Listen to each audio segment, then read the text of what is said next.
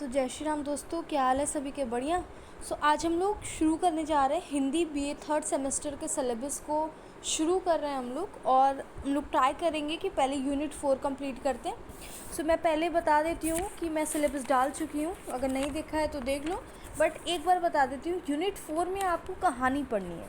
तो जैसे हम छोटे छोटे बच्चे होते हैं तो हमें कहानी कितनी एक्साइटिंग लगती है, तो उसी तरीके से मैंने भी कहानी ही शुरू करना ज़्यादा अच्छा समझा, क्योंकि स्टोरीज़ होती हैं तो वो दिमाग में बैठती हैं, ईजी भी होती है।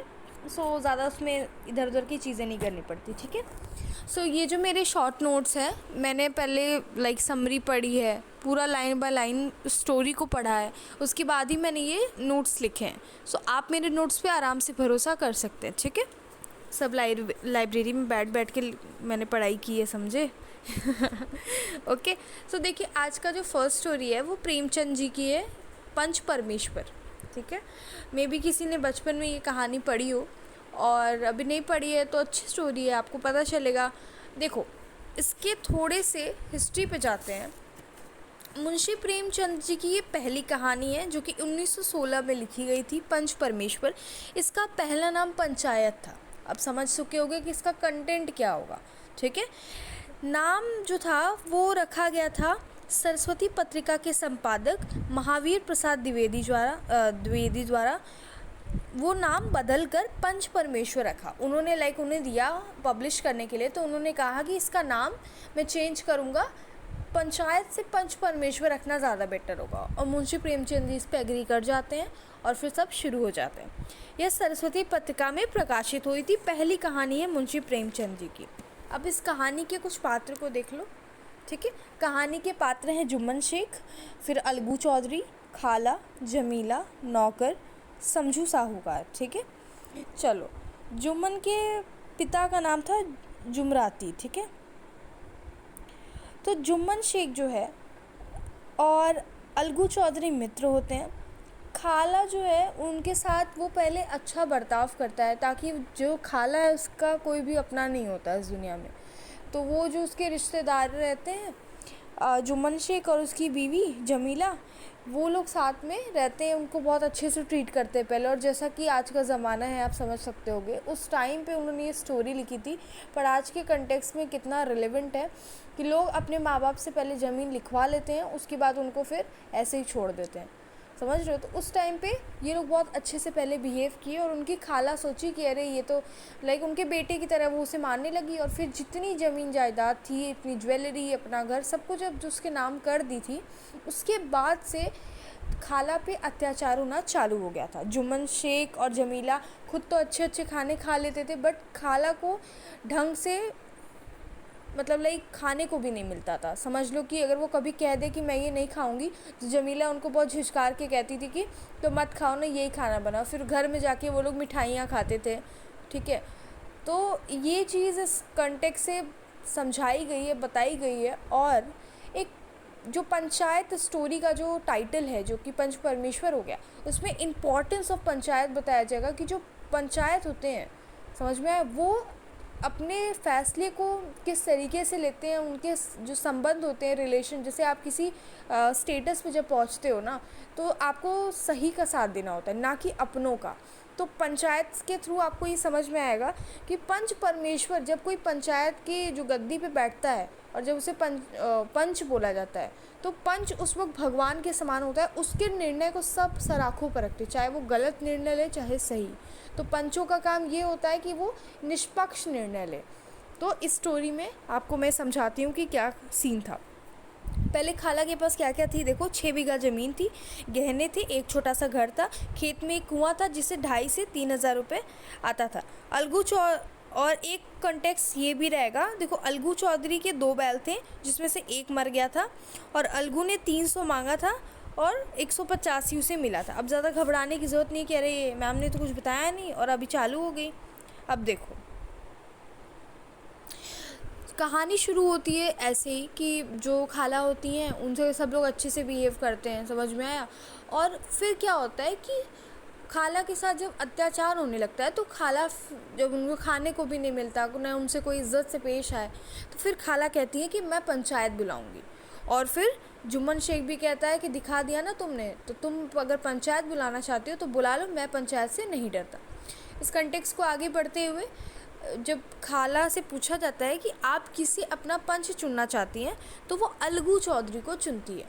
अब ये समझने का ट्राई करना कि अलगू चौधरी और जुम्मन शेख घनिष्ठ मित्र होते हैं, ठीक है, इतने लाइक बेस्ट फ्रेंड होते हैं वो, समझ में आया। और अब क्या था, जुम्मन के मन में ये चीज़ आ गई थी कि हाँ, अलगू चौधरी तो मेरा मित्र है, समझे, और ये खाला इसको अपना पंच स्वीकार किए हैं, इन्हें क्या लगता है कि ये मेरे पक्ष में डिसीजन नहीं लेगा। वो इतना श्योर था कि अलगू मेरा मित्र है और वो मेरा ही स्टैंड लेगा, तो वो बहुत फ्री होता। लेकिन अलगू चौधरी जब गद्दी पे बैठे, समझ में, जब पंच बने, तो उनको ये चीज़ रियलाइज़ हुई कि दोस्ती से ज़्यादा मैटर इंसाफ है। और इस स्टोरी में जब शुरुआत होती है तो अलगू चौधरी जुम्मन से पूछते हैं कि खाला ने तुम्हें कितना ज़मीन जो है तुम्हें दिया, तो वो बताते हैं कि 6 बीघा ज़मीन थी, गहने थे, एक छोटा सा घर था, खेत में एक कुआं है जिसमें 2500 से 3000 तक का मुझे किराया भी मिल जाता है। खाला ने अपने लिए कुछ पैसे जो है मांगे थे, अपने लिए, लाइक मंथली नहीं होता है कि हम मांग रहे हैं कि इतना ही मुझे दे दो। उस कंटेक्स्ट में जब अलगू चौधरी उनसे सब कुछ पूछ लेता है, तो वो पूछता है कि खाला ने जो भी तुमसे पैसे मांग रही हैं, उतना पैसा तो तुम्हें ईज़िली जो है खेत में जो कुआं है उससे ही आ जाता है किराया, तो तुम्हें ये पैसे खाला को देने होंगे। और ये जब डिसीजन पंच जो है वो ले लेते हैं अलगू चौधरी, खाला के हक़ में फ़ैसला करते हैं, तो ये चीज़ जुम्मन शेख को बिल्कुल पसंद नहीं आती। जुम्मन शेख के मन में एक घृणा और नहीं होता है कि जेलसी और ईर्ष्या, इस तरह का भावना आ जाता है। वो ये सोचता है कि ये मेरा दोस्त था लेकिन ये मेरी खाला का साइड लिया, तो इससे उनकी दोस्ती में दरार पड़ जाती है। वो एक दूसरे की तरफ देखते भी नहीं, एक दूसरे से बातें भी नहीं करते। अब देखो दूसरा कहानी का स्टेज शुरू हो रहा है। इसमें अलगू चौधरी समझू साहूकार के बीच में एक डील होती है। समझू साहूकार जैसे गांव के साहूकार हैं, चलो ठीक है, साहूकार का एक नौकर है। अब यहाँ पे देखो, जो समझू साहूकार है वो लाइक अलगू चौधरी से, अलगू चौधरी के 2 बैल थे, एक बैल मर गया था तो वो खेत जोत नहीं सकता था, तो वो कहता है कि समझू साहूकार कहता है कि तुम मुझे अपने एक बैल दे दो, मेरा काम हो जाएगा, और फिर तुम जितना तो अलगू कहता है कि सुनिए, मुझे 300 रुपये चाहिए इस बैल के, किराया टाइप, ठीक है, 1 महीने के लिए। तो वो कहता है कि देखो भाई, हम 300 तो नहीं देंगे, 150 रुपये दे देंगे। समझू ने कह दिया हम 150 रुपये देंगे, तो अलगू चौधरी तैयार हो गया 150 रुपये के लिए। अब देखो इस कॉन्टेक्स्ट में होता क्या है कि जो समझू साहूकार है जिसने 1 महीने के लिए 150 रुपये पे जो बैल ली थी, उससे वो इतना काम करवाता था, जहाँ वो एक बार सामान ढोता था नॉर्मली, वहाँ 3-4 बार उस बैल को ले जाने लगा, बहुत उसके साथ उसे खाने को भी नहीं देता था उस बैल को, और जैसे नहीं कहते औकात से ज़्यादा उस बैल से काम करा था, जिसकी वजह से बैल बीमार चलने लगी और फिर एक दिन उसकी डेथ हो गई, ठीक है, वो मर गई, बैल मर गया, ठीक है। तो जब बैल मर गया तो नौकर आता है और उससे समझू साहूकार को बताता है कि अरे जो बैल थी अलगू की वो तो मर गया। तो वो कहता है नौकर कि शायद हमने उससे कुछ ज़्यादा ही सामान ढुआ दिया। इस पे वो उसको डांट लगा कर कहता है समझू साहूकार कि चुप कर, ज़्यादा बोल मत, और फिर इसको आगे बढ़ जाता है। जब 1 महीने का वो इंतज़ार करता है और वापस आता है अलगू चौधरी और कहता है कि मेरे 150 रुपये, तो वो कहता है कैसे 150 रुपये, जब तुम्हारे बैल ने काम ही नहीं किया तो 150 रुपये किस चीज़ के लिए, और तुम्हारा बैल तो मर भी गया, तो मैं तुम्हें पैसे क्यों दूँ। अलगू चौधरी कहता है कि जब मैंने आपको बैल दिया था तो वो बिल्कुल सही सलामत था, ठीक है, और अगर बैल जो है मरा है तो वो मेरे रीज़न से नहीं, क्योंकि मैंने आपको पूरा जो है हेल्दी बैल दिया था और आप अब मुझे पैसे देंगे।